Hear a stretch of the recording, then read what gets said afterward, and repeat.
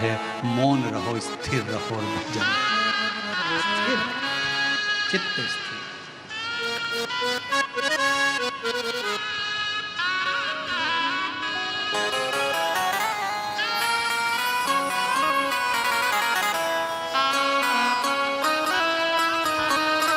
और जितना स्थिर रहकर भगवान की भक्ति में डूबोगे उतना सुख प्राप्त होगा, उतना सुख। जिस अपस्मार पुरुष को ऋषियों ने जन्म दिया था, वो अपस्मार पुरुष शिव को मारने के लिए गया था, पर मेरे शंकर भगवान के दर्शन का फल ये मिल गया कि उसके चरणारविंद में ही उसके प्राण छूट गए।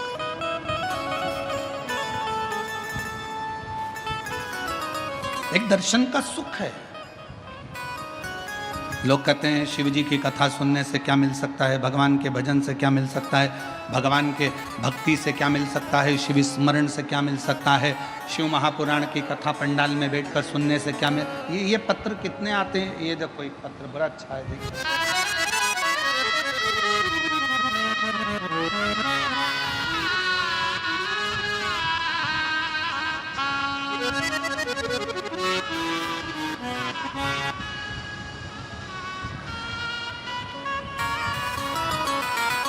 मेरा नाम श्रीमती सविता सदाशिव चंद्र है। मैं बेजापुर के पालखेड़ गांव की निवासी हूँ।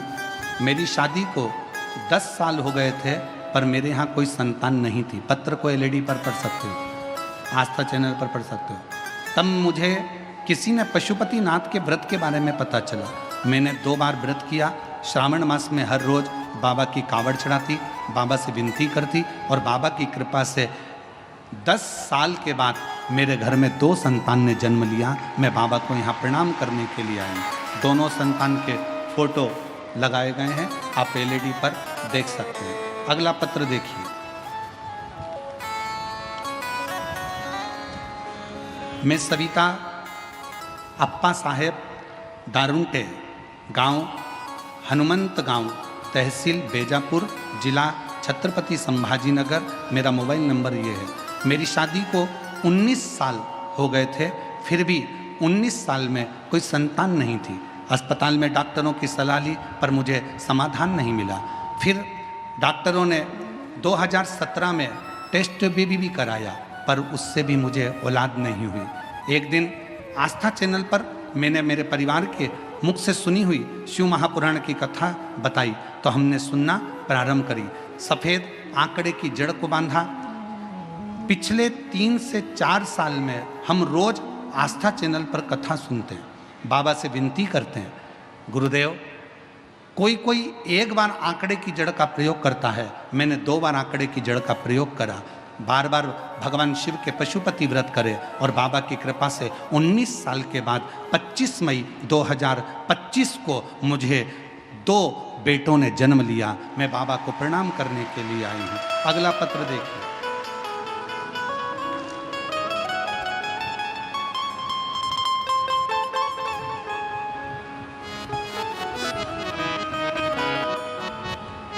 मैं नंदिनी आहिर, पाराला, तहसील बेजापुर, जिला छत्रपति संभाजीनगर की रहवासी हूँ। मेरी जेठानी की शादी को 20 साल हो गए थे, लेकिन उन्हें कोई संतान का सुख नहीं था। तब हमने उनको बताया, जेठानी को, दीदी आप शिव महापुराण की कथा सुना करो और सफ़ेद आंकड़े की जड़ का प्रयोग करो। बाबा की ऐसी कृपा हुई गुरुदेव, 20 साल तक जब औलाद नहीं हुई, तब सफ़ेद आंकड़े की जड़ का प्रयोग करना प्रारंभ करा, और बाबा की कृपा से 27/5/2023 को बाबा की कृपा से संतान की प्राप्ति 20 साल के बाद हुई। मैं बाबा को यहाँ प्रणाम करने के लिए आई हूँ। शिव तत्व किसको कहते हैं? भगवान शंकर ओघड़दानी की कृपा किसको कहते हैं? जिनके नाम लिए गए हैं, अगर वो लोग बैठे हों तो बेलपत्र लेने के लिए आ सकते हैं। शिव तत्व किसको कहते हैं? एक विश्वास, एक भरोसा, एक दृढ़ता, और ये बहुत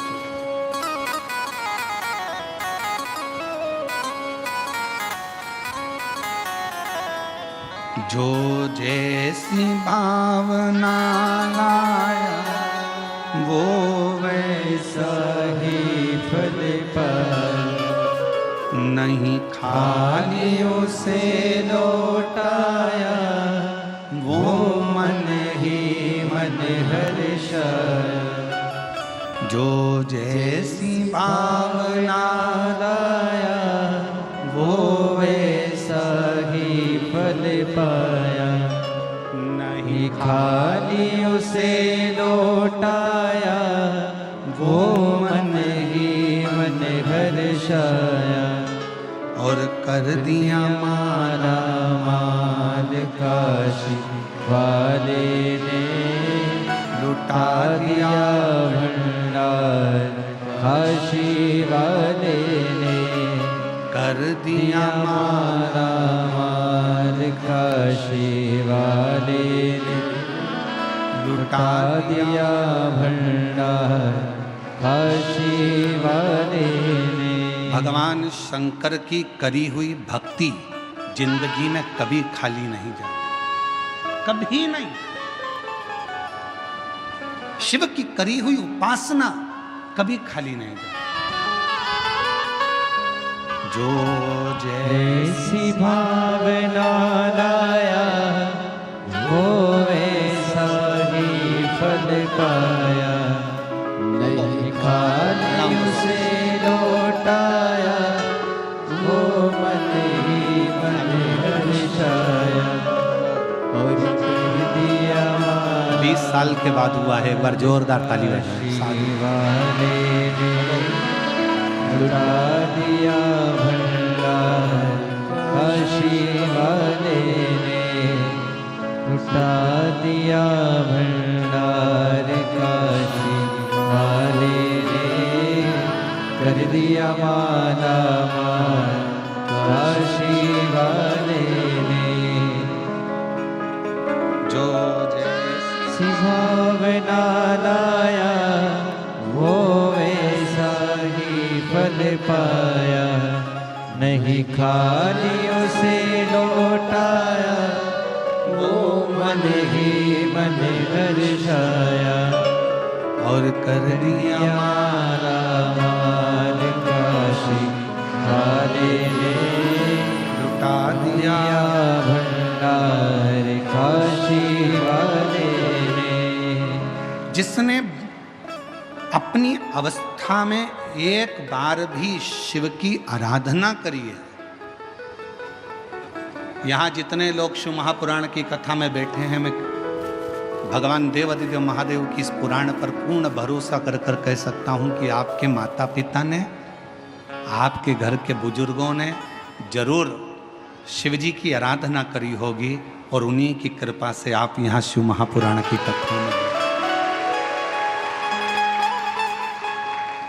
और यदि आपके घर में भगवान देवादिदेव महादेव ने जमीन दी, जायदाद दी, पत्नी दी, बच्चे दिए, परिवार दिया, अच्छा घर दिया, कुटुंब दिया, तो समझ लेना तुम्हारे माता पिता में से किसी न किसी ने शंकर की आराधना, शिव का मंदिर या शिवालय या शंकर के कोई भक्त जाते हों तो उनको पानी पिलाया हो, भोजन कराया हो, उसका फल इतना रहता है कि घर में से भंडार कभी खाली नहीं होता है, बढ़ता है।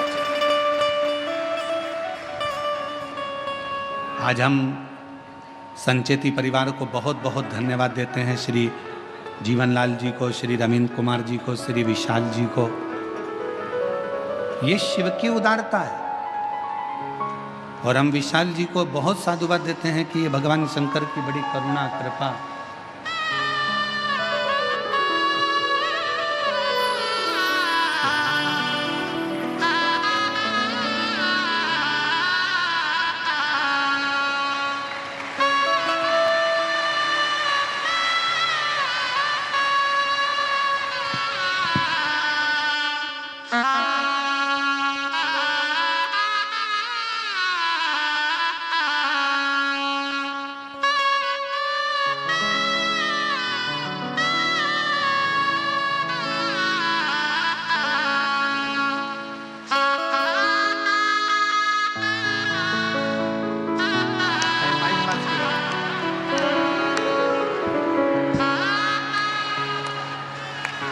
अभी मई में हुए हैं, यही 2025, और 19 साल के बाद हुए हैं दोनों। जोरदार ताली बजाकर स्वागत करें।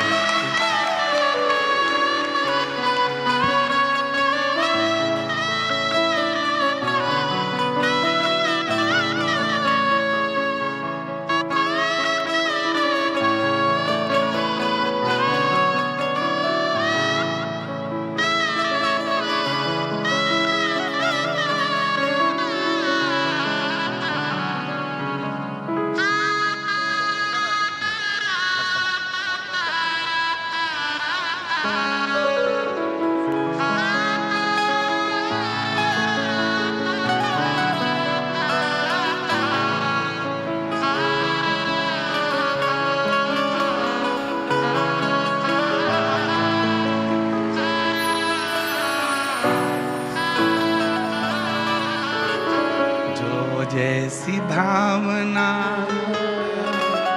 वो वैसा ही फल पाया, नहीं खाली उसे लौटाया, वो मन ही मन हर्षाया, और कर दिया माला माल काशी वाले, उठा दिया भंडार काशी वाले ने। ये कथा करते करते तो हमको ऐसा लगता है कि भारत सरकार थोड़े दिन में हमारे पास में पत्र भेजेगी कि तुम वंश की वृद्धि कराते जा रहे हो, हम रोकने का काम कर रहे हैं, और तुम 2 बार पशुपति व्रत, 2 बार सफेद आंकड़े की जड़, तो जुड़वा ही दिया जाए।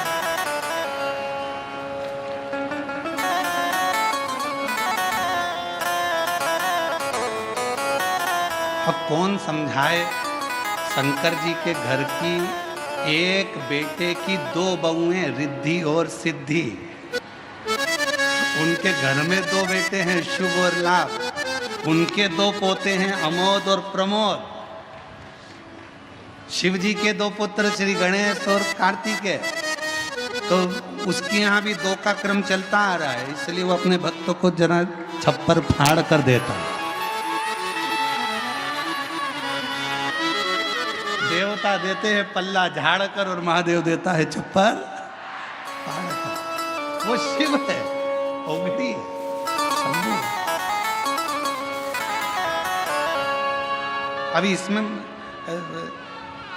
बहुत, अगर हम आपको अगर ये पत्र दे नीचे और आप अगर छाटोगे तो इसमें बच्चों के पत्र इतने सारे हैं, और उसमें सबसे ज्यादा हैं जुड़मा वाले, सबसे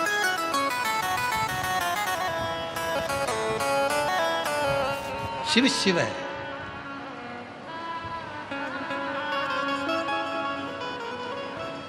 शंकर शंकर, ओगड़दानी ओगड़दानी।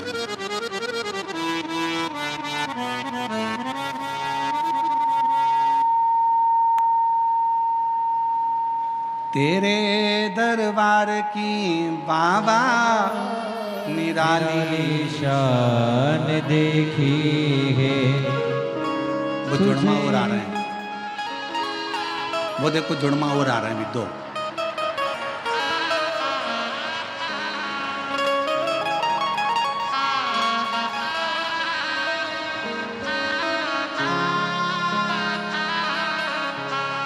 तेरे दरबार की बाबा निराली शान देखी है, तुझे देते नहीं देखा, पर झोली भरी देखी है। मुख दुनिया मोड़ेगी बाबा, तू मुखड़ा ना मोड़, मेरी दुनिया मोड़ेगी बाबा, तू मुखड़ा ना मोड़, मेरी लगी भरी नो बाबा, तू वेला हो। शिव कथा कर रही। हम हम श्री विशाल जी संचेती जी को, उनके श्री जीवनलाल जी को, श्री रविंद्र कुमार जी संचेती जी को बहुत धन्यवाद देते हैं कि आपने अपने पूर्वजों के उद्धार के लिए, अपने दादा परदादा के उद्धार के लिए एक शिव महापुराण की कथा कर कर पूरे कुल को पार। अगर भगवान धन दे, और भगवान अगर धन के साथ में हृदय दे, तो अपने पूर्वजों के उद्धार के लिए जिंदगी में एक बार शिव महापुराण की कथा जरूर करो और कराओ, स्मरण करो अपने जीवन में। शिव शिव है, उसकी उदारता, उसकी करुणा, कृपा। शिव कथा कर रहे हैं।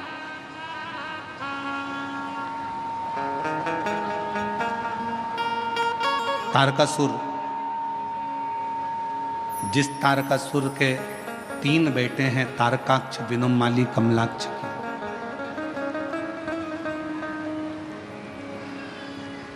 तारकाक्ष, विदुमाली, कमलाक्ष के 3 पुत्र हैं।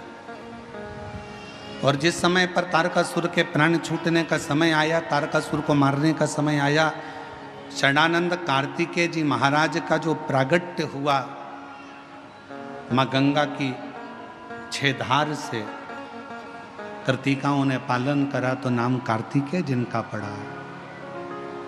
उन षडानंद कार्तिकेय जी को तारकासुर के संहार के लिए भेजा गया।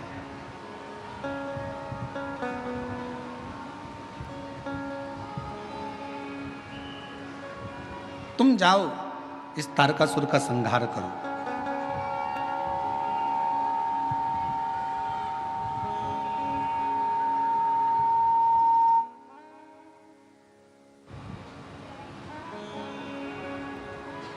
इस तारकासुर का संहार करिए।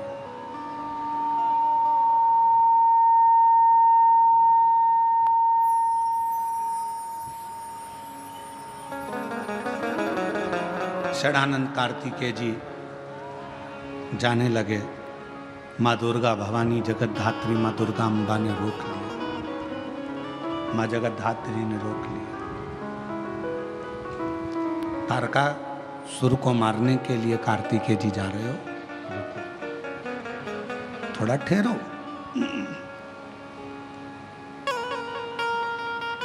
माँ अम्बा ने कहा कि तारकासुर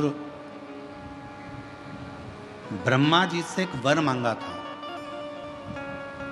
अगर मैं मरूं तो शिव जी के पुत्र के द्वारा मरूं।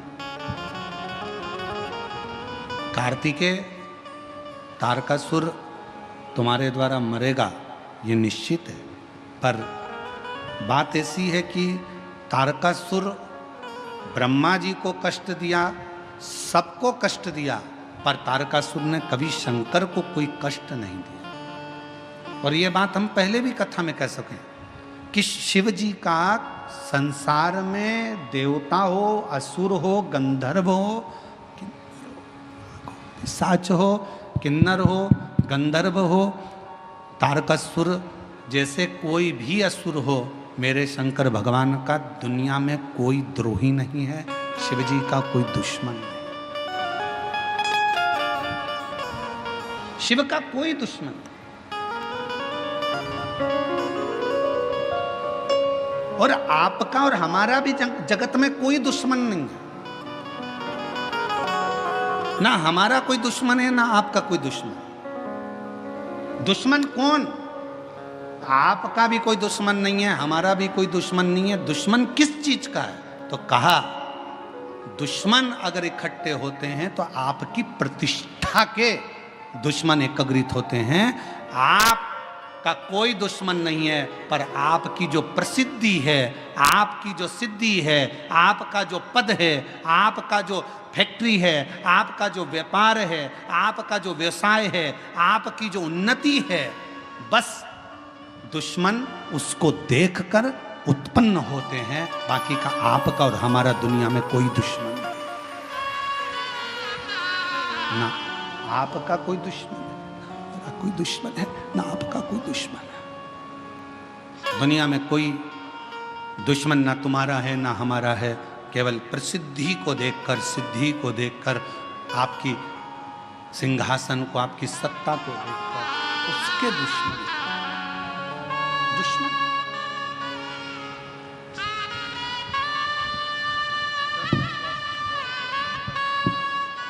10 साल के बाद हुए। एक बार जोरदार ताली बजाएं दोनों।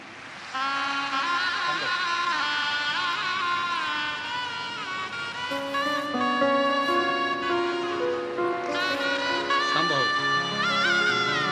श्री शिवाय नमस्ते। चलो प्रणाम करो, प्रणाम करो आराम से।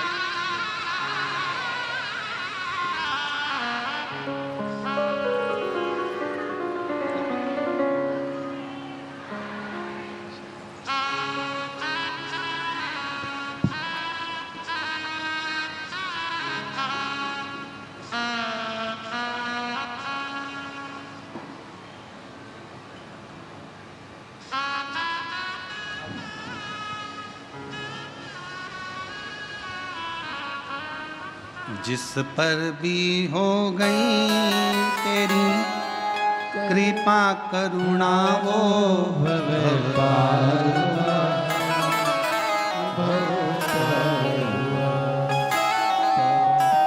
हो चाहे जितना उसका भी बाबा उद्धार हुआ, उद्धार गिद्ध अजामिल गणिका जैसे तेरे मन को भाई जरा सी हम पर कर दो, जरा सी हम पर कर दो। तेरी कृपा का क्या है भरोसा कब किस पर हो जाए, जरा सी हम पर कर दो, जरा सी हम पर कर दो।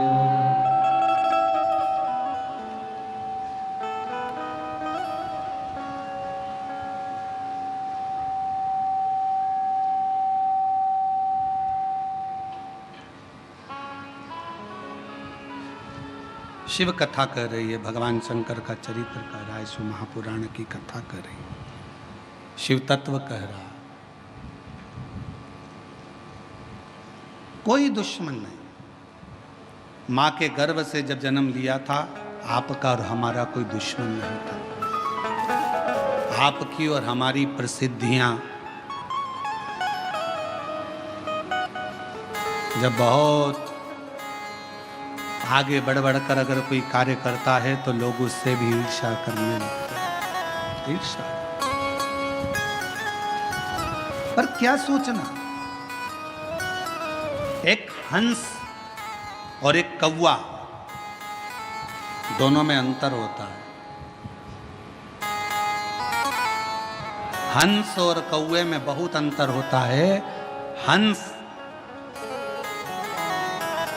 किसी को देखकर अगर सरोवर के तट पर कोई आ जाए, या कोई पशु आ जाए, पक्षी आ जाए, मनुष्य आ जाए, गंधर्व आ जाए, देवता आ जाए, जलचर आ जाए, हलचर आ जाए, कोई भी अगर वहां आ जाता है तो हंस कभी चिल्लाता नहीं।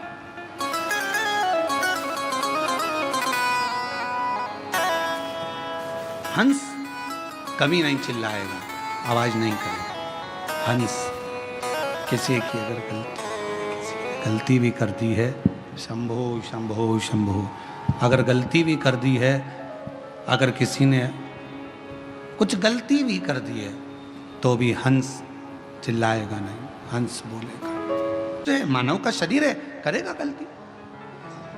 हंस और कौवे में एक अंतर है, हंस गलती को देखता है तो भी चुप रहकर एकांत में जाकर कह देता है कि तुमने ये गलती करी। हंस कभी चिल्लाकर नहीं कहता।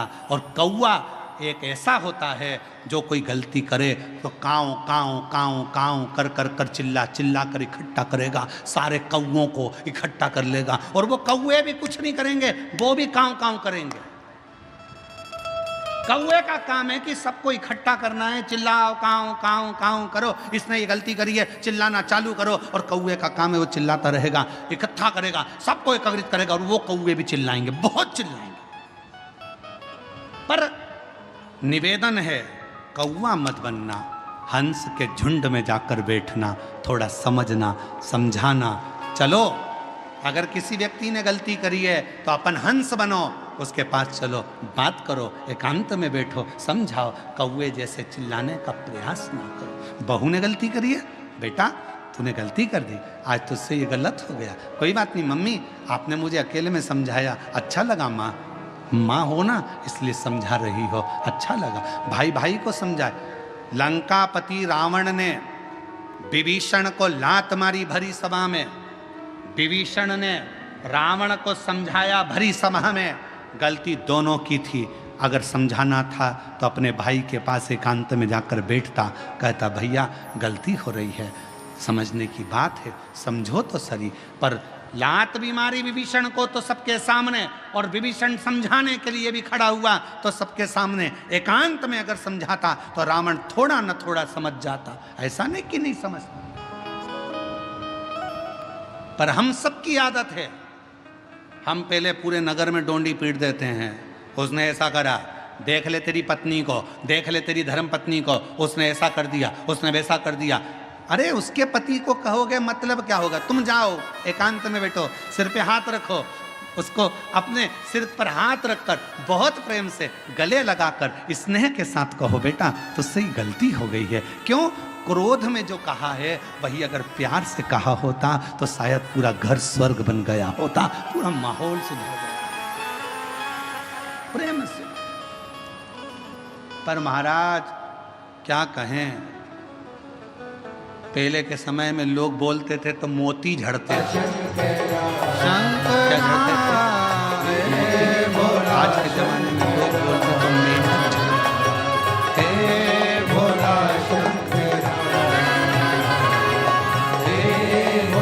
इसमें शंकरा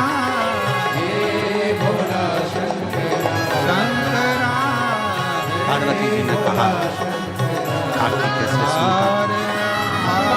हे कार्तिक, तारकासुर को मारने के लिए जा रहे हैं, मना नहीं, पर तारकासुर के हृदय में तेरे पिता शिव बस असुर है, दिल से प्रार्थना करे, और उसके दिल में शांति करे। शंकर शिव जी को अपने मन का भाव कहिए, हृदय से प्रार्थना। कभी कभी अपने स्मरण करना, एकांत में बैठकर जहाँ भी जगह मिले वहाँ बैठ जाएं। अपने पर भगवान शंकर की इतनी कृपा कैसे है तो थोड़ा अंदाजा ज़्यादा है। तुम्हारे जो पिताजी थे, तुम्हारी जो माता जी थी, या तुम्हारे जो बुजुर्ग थे, जहाँ जैसी जगह कोई ना कोई शंकर का भक्त था, इसलिए शिव ने करुणा हृदय से बाबा की तरफ पिता को जो वचन दिया, पिता ने एक लोटा जल चढ़ाया, पिता ने भूखे को भोजन कराया, पिता ने प्यासे को पानी पिलाया, पिता ने शंकर के मंदिर में आनंद कराया, तो भगवान शंकर ने भी कह दिया कि तुम अगर चले भी गए तो तुम्हारी औलाद की रक्षा करना और उसको धन और वैभव देना हमारी जवाबदारी। उसका नाम कुबरेश्वर मां।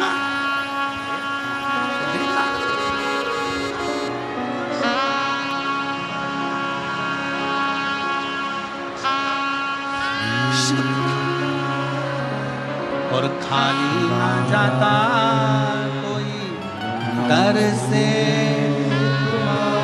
आप जिस भावना से सम्मुख में आओ, शिव की साक्षी में एक लोटा जल चढ़ाओ, बेलपत्र की साक्षी रखो, बेलपत्र का स्मरण। कितना सुंदर एक प्रसंग आता है शिव महापुराण का, एक बड़ा रोचक प्रसंग है कि भगवान शिव की भक्ति करने वाली एक स्त्री अपना पति दूसरे मार्ग पर चले गया था, केवल एक बेलपत्र का फल, उसने बेलपत्र के पत्ते की पूजन कर केवल बेलपत्र के पत्ते की पूजन। क्यों? क्योंकि उसका पति नाराज होता था, क्रोध करता था।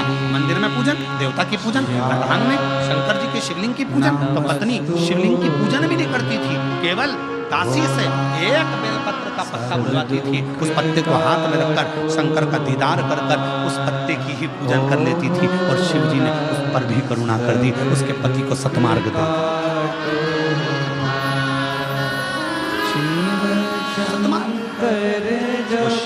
तेरी माला बाबा जप तेरी माला, होना सब दुख का होना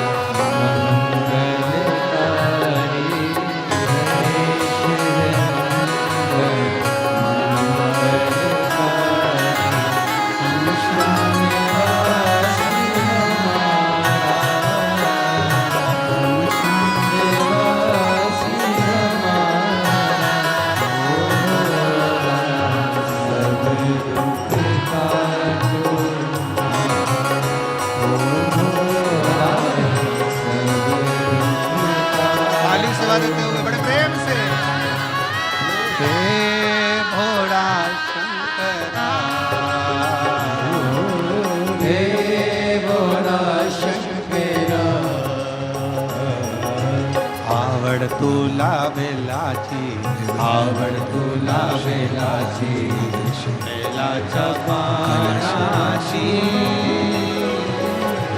हे भोळा शंकरा शंकरा हे भोळा शंकरा शंकरा भगवान शंकरा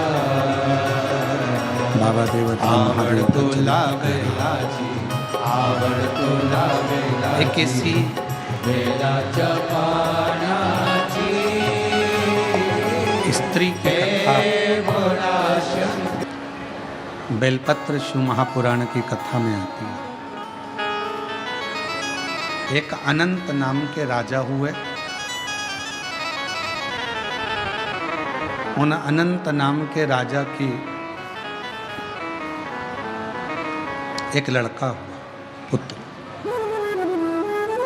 जिसका नाम था दुर्जय।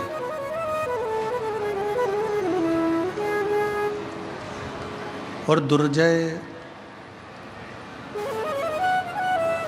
बड़ा पराक्रमी था, वीर था। संपूर्ण अपना जो क्षेत्र था, अपना जो प्रदेश था, उस प्रदेश की रक्षा दुर्जय करा करता था।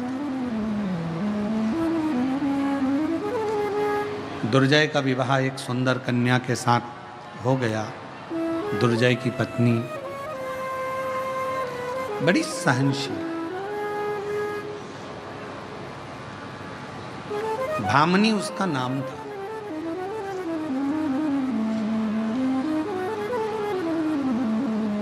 और दुर्जय की धर्म पत्नी भामनी भगवान की बड़ी आराधना करते थे, उपासक थे। और अभी आपको कथा में कहा कि तारकासुर के हृदय में शिव विराजमान है। तो माँ जगतजननी दुर्गा भवानी खुद कह रही हैं कि तू तारकासुर को मारना, पर उसके हृदय में कोई बाण ना लगे,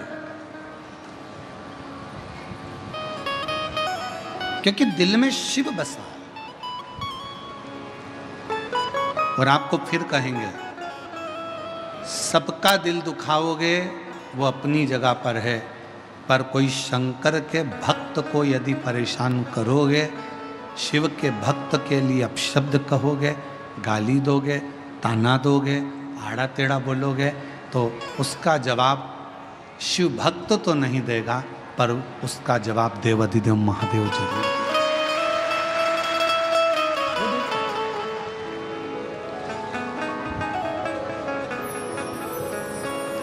कूर्म पुराण का ये चरित्र कह रहा। दुर्जय की जो पत्नी थी भामनी, वो बड़ी धर्मात्मा थी, पुण्यात्मा थी। जैसे अभी कथा में कहा, दादा परदादा कोई पुण्य कर कर चले जाते हैं, उसके पुण्य का फल हमको भोगने को मिलता है। अपने पिता के कोई पुण्य होंगे, उसका फल अपने को भोगने को मिलता है।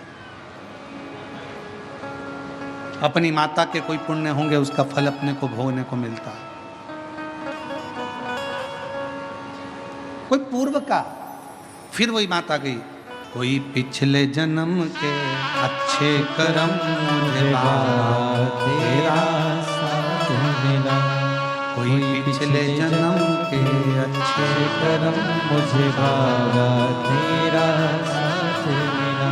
जहाँ सारी दुनिया झुकती है, जहाँ सारी दुनिया झुकती है, मुझे वो आली दरबार मिला, दरबार मिला।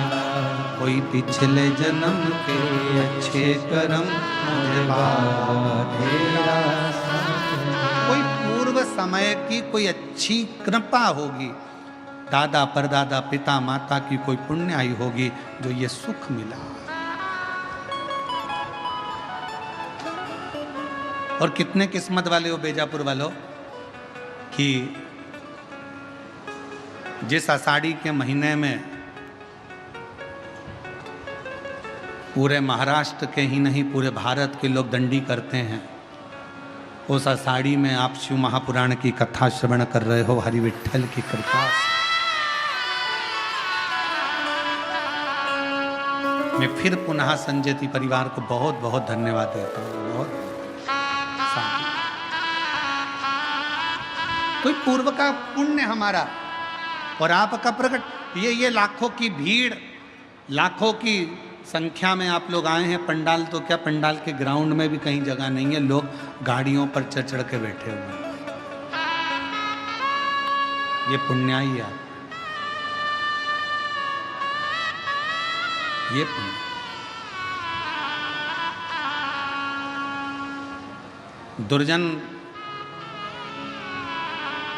दुर्जय की धर्मपत्नी भामनी, दुर्जय की धर्मपत्नी भामनी शिव की उपासक थी, बहुत उपासक।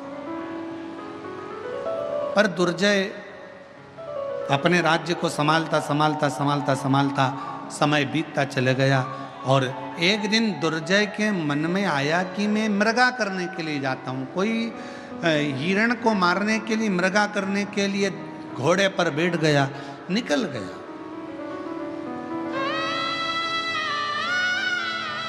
निकल चला। कालिंदी नदी के तट पर पहुंचे, मां यमुना जी के तट पर पहुंचे तो वहां पर क्या देखा उसने कि एक सुंदर एक स्त्री मां यमुना जी के तट पर बैठी बैठी जल से क्रीड़ा कर रही है, जल क्रीड़ा कर रही है, जल उछाल रही है।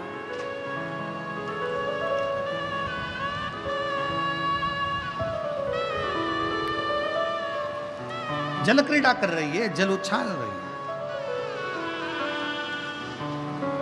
ये मृगा करने के लिए गया था, धीरे धीरे घूमते घूमते उस स्त्री के पास में पहुंच गया। और दुर्जय जैसे ही उस स्त्री के पास पहुंचा तो उससे पूछा कि तुम कौन?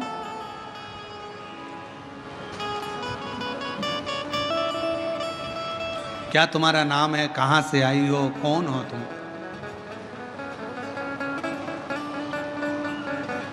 उस स्त्री ने कोई जवाब नहीं दिया। दुर्जय ने फिर पूछा, और शिव महापुराण की कथा यह कहती है कि पर पुरुष अगर कुछ पूछ रहा है तो उसका उत्तर बड़ा सोच कर दो, अन्यथा मौन रहकर अपने गंतव्य की ओर चल। पहले का नियम कितना प्रबल था, पहले की स्त्रियां अपने पति का नाम तक नहीं लेती थी। अब आज के जमाने में तो आवाज दे के बुला लेती हैं, ए कमलेश। अब कमलेश डिप्रेशन में, चिंता। पहले की स्त्रियां कितनी नगर निगम वाले आए, नगर पालिका वाले, नगर निगम वाले आए और डायरी लेकर, फाइल लेकर आए, सबके घर जाए थे। एक घर में पहुंचे, वहां जाकर उन्होंने दरवाजा बजाया, बेल बजाई, पत्नी निकल के बाहर आई। जैसे ही पर पुरुष को देखा उसने सिर पे पल्लू ले लिया, पल्लू लिया तो उसने पूछा तुम कौन हो? तो कहा हम नगर निगम से आए। अच्छा, सर्वे करने के लिए? अच्छा, क्या सर्वे करना है? कितने लोग रहते हैं इस घर में?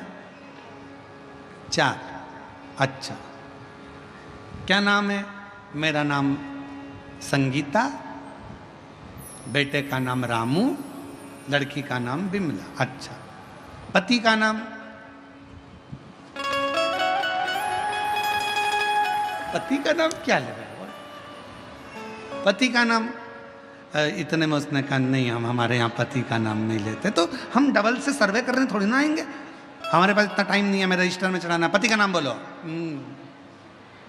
अरे पति का नाम बोलो। फिर उसने पल्लू, अरे नाम तो बताना पड़ता। तुम्हारा पड़ोसी है कि ताला लगा है उसके घर में, उधर वाला वो भी ताला लगा। तुम्हारे पति का नाम कौन बताए? मैं तुमको कुछ बताऊंगी, तुम उससे समझ जाओगे। हाँ समझ जाएंगे। बोल तेरे पति का नाम क्या है? तो उसने सिर पे पल्लू लेकर बोला 3 गंजी और 3 गंजी कितनी हो गई?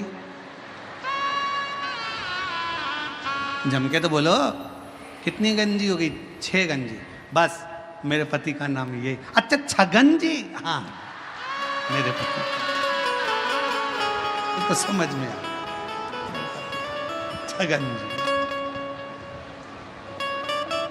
अब कितना पूर्व का समय, आज का समय में कितना अंतर है क्या? और आज के समय में तो पत्नी पति का नाम लेना एक गौरव महसूस करती है। कमलेश,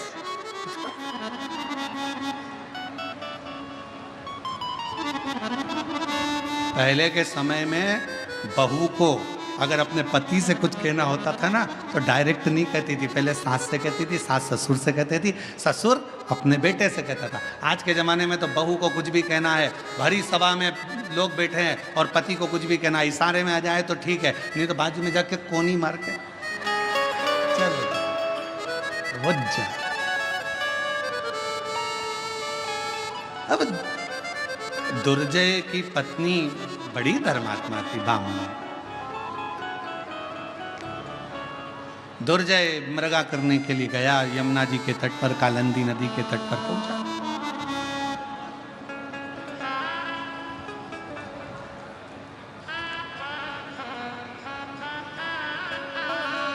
कालिंदी नदी के तट पर जैसे ही पहुंचा, एक सुंदर सी स्त्री, नाम पूछा जा रहा है, तुम्हारा नाम क्या है? वो बताती नहीं है। कहां से तुम आई हो? वो भी नहीं बोली, वो भी नहीं। तुम कहां से आई हो, कौन हो? कोई जवाब नहीं। फिर कहा, आखिरी में फिर पूछा कि तुम्हारा नाम क्या है? तो कहा मेरा नाम उर्वशी, अप्सरा।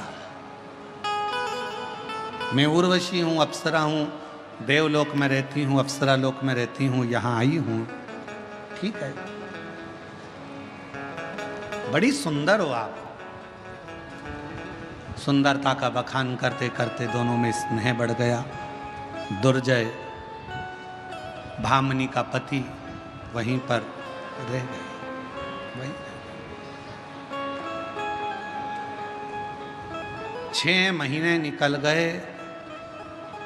दुर्जय की पत्नी भामनी इंतजार करती रही कि मेरा पति आएगा, पर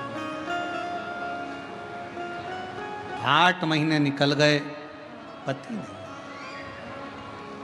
तब 1 वर्ष निकल गया, पति नहीं आया, और उसी उर्वशी अप्सरा के साथ में निवास कर रहा है। उसी उर्वशी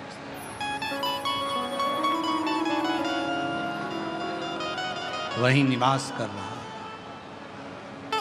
एक दिन भामनी के मन में, जरा ध्यान देना, बेलपत्र शिव पुराण की कथा चल रही है, बहुत सावधानी से सुनिएगा। आज कथा का 6ठा दिवस है। आज की कथा को शिवरात्रि की कथा मानी जाती है, और कल कथा का समय सुबह 8 बजे से 11 बजे तक कथा स्थल पर रहेगा। टीवी पर वही 1 बजे से 4 बजे तक रहेगा। पर जो आज की कथा है उसको अपनी जिंदगी में उतारना जरूर, कि एक बेलपत्री की महत्वता कितनी है, उसको समझिए।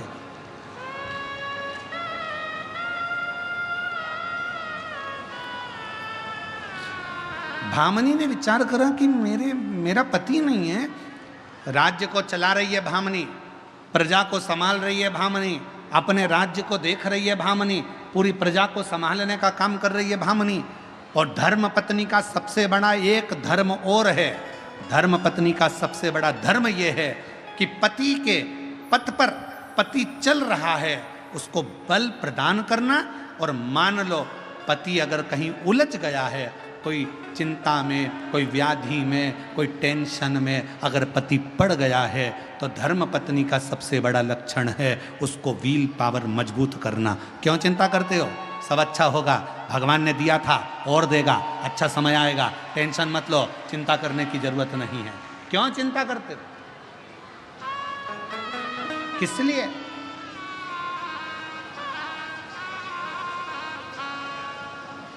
पति अगर कहीं उलझ रहा है, पति अगर कोई चिंता में पड़ रहा है, पति अगर कोई टेंशन में पड़ रहा है, तो धर्म पत्नी एक ऐसी होना चाहिए कि वो अपनी धर्म पत्नी अपने पति से कह दे, तुम्हें चिंता करने की जरूरत नहीं है, सब हो जाएगा,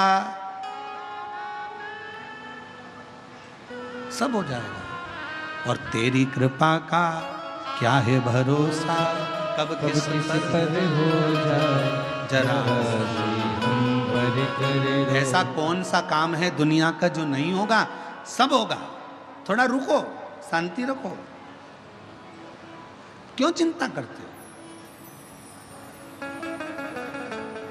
भामनी ने लगा मन में भामनी के आया कि मेरा पति नहीं, राज्य संभालना है, संभाल रही है, भामनी देख रही है, पूरे राज्य को संभालने का काम कर रही है, संभालती है। श्रावण का महीना आ गया और भामनी को शिव की आराधना करती थी, उसके स्मरण में यह नहीं आया कि कल शिवरात्रि है और वो भी श्रावण की शिवरात्रि है। ये भामनी की चित्तवृत्ति में नहीं बैठी, भामनी की बुद्धि में यह बात नहीं बैठी कि कल शिवरात्रि है। और ऐसा हुआ। मेरी जीजियों, एक बात आपसे पूछें, उत्तर देना। पहले के समय में जब आप शिव पुराण की कथा जब से आपने सुनना चालू करी, जब नहीं, शिव पुराण की कथा जब आप सुनते नहीं थे, पुराने समय की बात निकालो, 10 साल 8 साल 15 साल पहले की, श्रावण के महीने में शिवरात्रि आती है, ये आपको मालूम था क्या? जम के बोलो, नहीं। दुनिया के लोग केवल एक शिवरात्रि को जानते थे, वो महाशिवरात्रि थी। उस शिवरात्रि पर अनुष्ठान करना, पूजन करना, आराधना करना, स्नान कराना, अभिषेक करना, ये जानते थे। पर शिव महापुराण की कथा को सुनते सुनते सुनते सुनते लोगों को ये मालूम पड़ गया 12 महीने शिवरात्रि आती है। दुनिया के लोगों को मालूम पड़ गया 26 प्रदोष होती है। दुनिया के लोगों को मालूम पड़ गया कि सावन के महीने में जो शिवरात्रि आती है वो शिवरात्रि एक ऐसी शिवरात्रि होती है जिस शिवरात्रि पर अगर हम शंकर जी को राजी कर लें तो दुनिया का ऐसा कोई काम नहीं है जो हो नहीं सकता।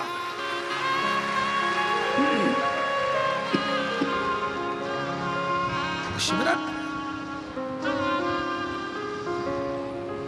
इसलिए हमने भी एक नियम शिव महापुराण की कथा को सुनकर शुरू से एक नियम बनाया कि शिवरात्रि सावन की पड़े और उस दिन शिव जी का ऑनलाइन अभिषेक करते हो। आप लोग सब लोग हाथ उठाओ, कौन कौन करता है यार? सब करते हो? रखो रखो रखो सब।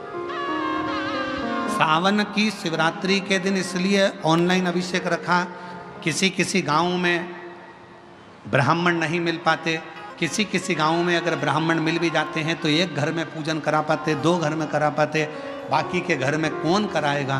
किसी किसी शहर में माताएं किसी को घर में बुलाना पसंद नहीं करती तो कोई वहाँ नहीं पहुँच पाता, तो इसलिए इस अभिषेक को ऑनलाइन रखा जाता है जिससे सब अपने अपने घर में रहकर अपने अपने परिवार के समेत और आपसे निवेदन करें उसको करा। सावन के महीने की शिवरात्रि की हम घोषणा करेंगे उसकी बीच में कथा में, जब भी आगे आपको सूचना मिलेगी कि उस अभिषेक को जब करा जाए तो अपने अपने घर के पतियों को, बच्चों को भी ये बोला करो कि एक दिन, पूरे वर्ष में एक दिन सावन की शिवरात्रि का निकालो, शाम के समय का, साथ में बैठो, अभिषेक करो, पूजन करो, झोली पसार कर बाबा से विनय करो, खाली नहीं छोड़ेगा मेरा बाबा, 3 महीने में झोली जरूर।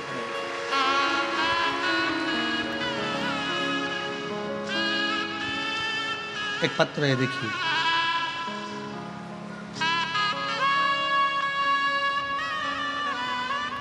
दुर्गेश राजेंद्र अग्रवाल बेजापुर से हैं। सर्वप्रथम मैं विशाल भैया संचेती जी को आभार व्यक्त करती हूँ कि उन्होंने हमारे बेजापुर में शिव महापुराण की कथा करवाकर हम सबको कृतार्थ किया।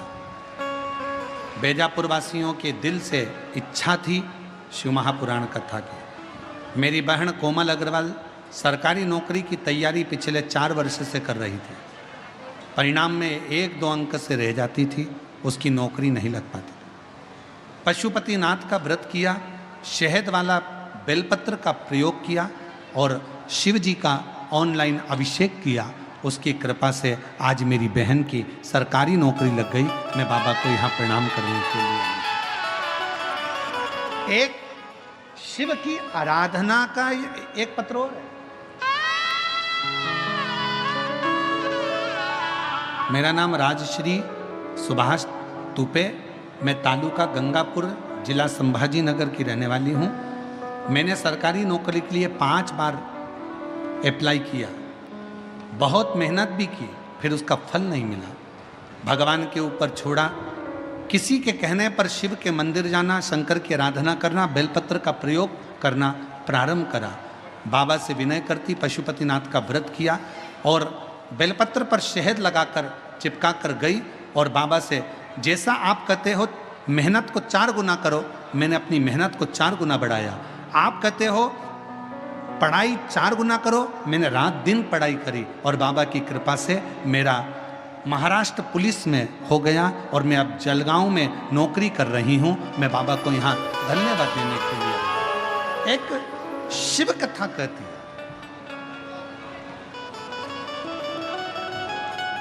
शिव महापुराण की कथा कहती है, भगवान शंकर का चरित्र कहता है, शिव तत्व कहता है। एक तो आपकी मेहनत, आपका परिश्रम, दूसरा आपका विश्वास, आपकी दृढ़ता और शिव की आराधना, ये फल देते हैं, फल प्रदान करते। और शंभो शरणे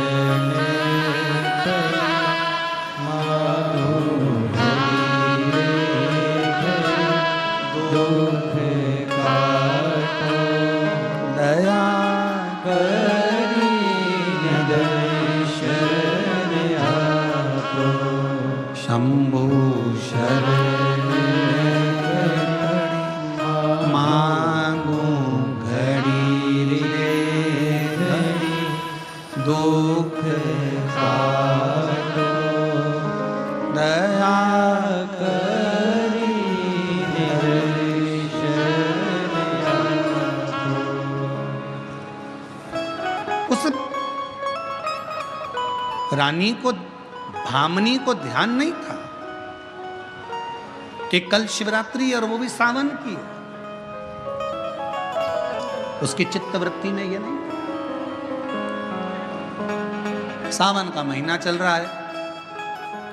भामनी ने विचार करा मेरा पति नहीं है बाज में, साल भर हो गया पति को गए हुए, आता नहीं है। दुर्जय को ढूंढ ढूंढ कर थक गए पर मिलता नहीं है। कहाँ जाए? घर के लोगों का क्रोध, भामनी शिवलिंग की पूजन करने के लिए मंदिर ना जा सके।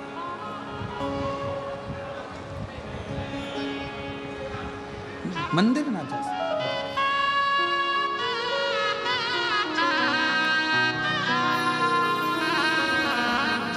बेटी की नौकरी लगी है, एक बार जोरदार ताली बजाकर स्वागत करें।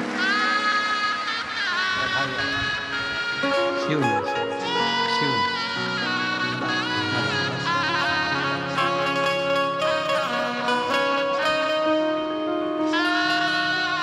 शिव कथा करें। भामनी ने विचार करा कि मैं क्या करूं।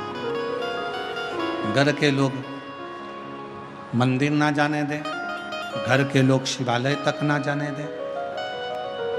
होता है किसी किसी घर में, आप लोग जल चढ़ाने के लिए मंदिर जाते हैं या कोई उपाय करने के लिए मंदिर जाते हैं या कोई व्रत करने के लिए मंदिर जाते हैं तो घर के लोग नाराज हो जाते हैं, क्रोध करते हैं, चिड़चिड़े हो जाते हैं।